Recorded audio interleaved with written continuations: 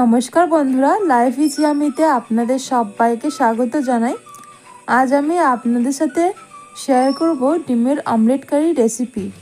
তো দেরি না করে আজকে রেসিপি শুরু করব। আর আমার চ্যানেলে নতুন হয়ে থাকলে চ্যানেলটি সাবস্ক্রাইব করার অনুরোধ রইল। ডিমের অমলেট কারি বানানোর জন্য প্রথমে একটা বাটিতে 4টে ডিম ফাটিয়ে নিচ্ছি। এরপর এর মধ্যে দিয়ে দেব সামান্য পরিমাণ নুন আর সামান্য পরিমাণ হলুদ দিলে কালারটা খুবই ভালো হয়। এরপর দিয়ে দিলাম একটা বড় সাইজের পেঁয়াজ কুচি। এরপর এখানে দিয়ে দেবো 3টে কাঁচা লঙ্কা কুচি। সমস্ত কিছু দিয়ে ডিমটা খুব ভালো করে ফেটিয়ে নেব। ডিম দেখুন খুব ভালো করে ফেটিয়ে নেওয়া হয়ে গেছে। এবার আমি একটা মশলার পেস্ট তৈরি করে নেব। তার জন্য মিক্সিং জারে প্রথমেই দিয়ে দিলাম একটা বড় সাইজের টমেটো কুচি। এরপর দিয়ে দেবো এখানে ঝাল অনুযায়ী কাঁচা লঙ্কা। এরপর দিয়ে দিচ্ছি রসুন কোয়া 12 থেকে 13টা, 1 ইঞ্চি আদা আর 2টো বড় সাইজের পেঁয়াজ। এবার এগুলোর একটা মিশ্রণ তৈরি করে নেব। তো দেখুন এগুলোর একটা স্মুথ পেস্ট তৈরি করে নিয়েছি। এবারে আমি রান্নাটা করে নেব। তবে রান্নাটা করার আগে এখানে প্রথমে ডিমের অমলেট তৈরি করে নিতে হবে। তার জন্য গ্যাসের ওপর একটা কড়াই বসিয়েছি। কড়াইটা ভালো করে গরম করে নিয়ে এখানে দিয়ে দিলাম সাদা তেল। তো সাদা তেলটা খুব ভালো করে গরম করে নিয়েছি।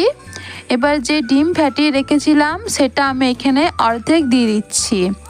আমি এখানে 6 পিস ডিমের অমলেট তৈরি করব, তাই আমি এটা দুবারে দিচ্ছি। ডিমের অমলেটটা এক পিঠ খুব ভালো মতো ভাজা হয়ে যাওয়ার পর এটা আমি উল্টে নেব। প্রথমে এক পাশ এইভাবে উল্টে দুপাশ থেকে এরকম মুড়ে নিয়ে এটা ভালো করে এপিঠ ওপিঠ খুব ভালো করে ভেজে নিচ্ছি। এরপর এটা আমি 3টে পিস করে নিলাম। এবার খুব ভালো করে ভাজা হয়ে গেছে। এবার এটা আমি একটা জায়গায় তুলে রেখে দিচ্ছি।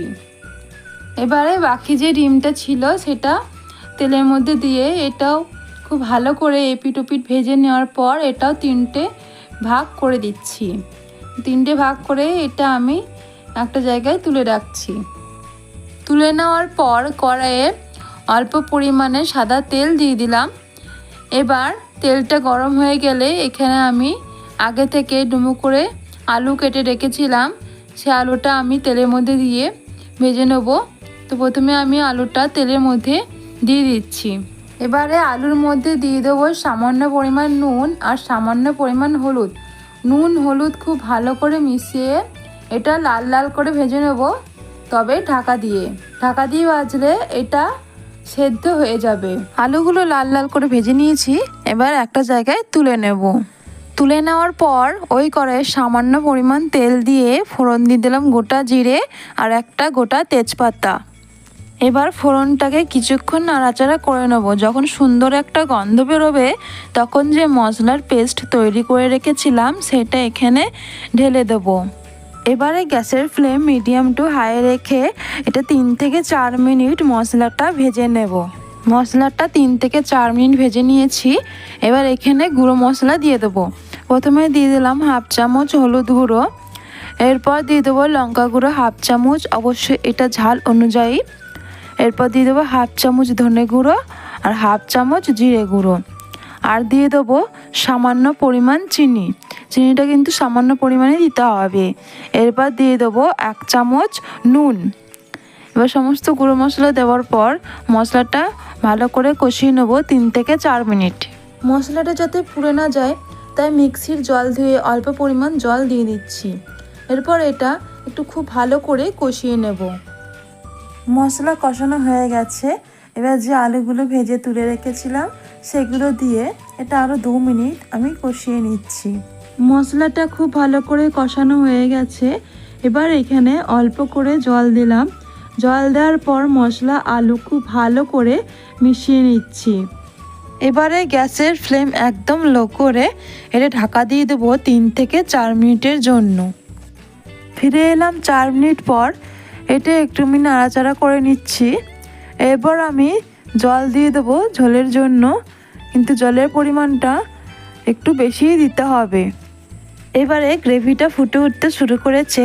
আমি এটা ঢাকা দিয়ে দিচ্ছি 5 থেকে 6 মিনিটের জন্য, তবে গ্যাসের ফ্লেম লো করে। ফিরে এলাম 6 মিনিট পর। বন্ধুরা, ভিডিওটা আপনাদের কেমন লাগছে অবশ্যই কিন্তু কমেন্ট করে জানাবেন। আর ভিডিওটি ভালো লেগে থাকলে অবশ্যই কিন্তু ভিডিওটিতে একটি লাইক করে দেবেন। আর এইভাবে অমলেট দিয়ে কারি আপনারাও বানিয়ে খাবেন, আশা করছি অনেক ভালো লাগবে। এবার যে ডিমের অমলেটগুলো ছিল সেগুলো আমি এখানে সব দিয়ে দিচ্ছি। এগুলো দেওয়ার পর আলতো হাতে এটা একটু নাড়াচাড়া করে নিচ্ছি। গ্যাসের ফ্লেম কিন্তু মিডিয়ামেই আছে। এরপর এখানে দিয়ে দিলাম অল্প পরিমাণে গরম মশলা। আর যদি ধনেপাতা আপনাদের কাছে থাকে তাহলে কিন্তু এখানে ধনেপাতা অ্যাড করতে পারেন। আমার কাছে নেই তাই আমি দিচ্ছি না।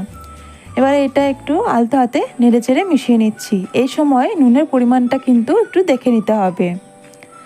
বন্ধুরা, ঝোলটা কিন্তু এখন খুবই বেশি লাগছে, ঝোলটা কিন্তু একদমই কমে যাবে।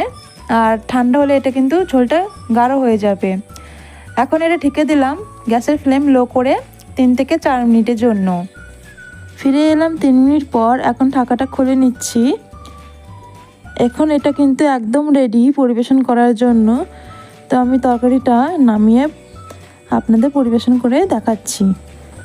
বন্ধুরা, এই ছিল আজকে ডিমের অমলেট দিয়ে কারি রেসিপি। আপনাদের কেমন লাগলো অবশ্যই কিন্তু আপনারা কমেন্ট করে জানাবেন। আর অবশ্যই এই ডিমের অমলেট কারি আপনারাও বাড়িতে বানিয়ে খাবেন, আশা করছি আপনাদের অনেক ভালো লাগবে। আর বানালে অবশ্যই কিন্তু কমেন্ট করে জানাবেন আপনাদের খেতে কেমন লাগলো। আর বন্ধুরা, আপনাদের যদি ভিডিওটি ভালো লেগে থাকে তাহলে অবশ্যই লাইক অ্যান্ড সাবস্ক্রাইব করে দিয়ে পাশে থাকবেন এরকম নতুন নতুন ভিডিও পাওয়ার জন্য। আজকের মতো এই অবধি, আবারও হাজির হব অন্য কোনো দিন নতুন কোনো রেসিপি নিয়ে। ভালো থাকবেন, সুস্থ থাকবেন, ধন্যবাদ।